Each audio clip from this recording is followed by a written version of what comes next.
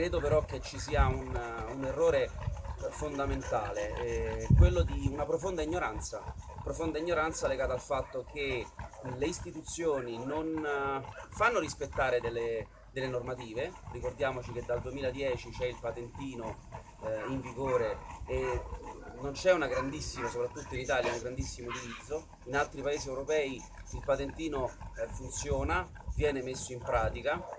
In Svizzera, ad esempio, senza il patentino non c'è la possibilità di detenere cani.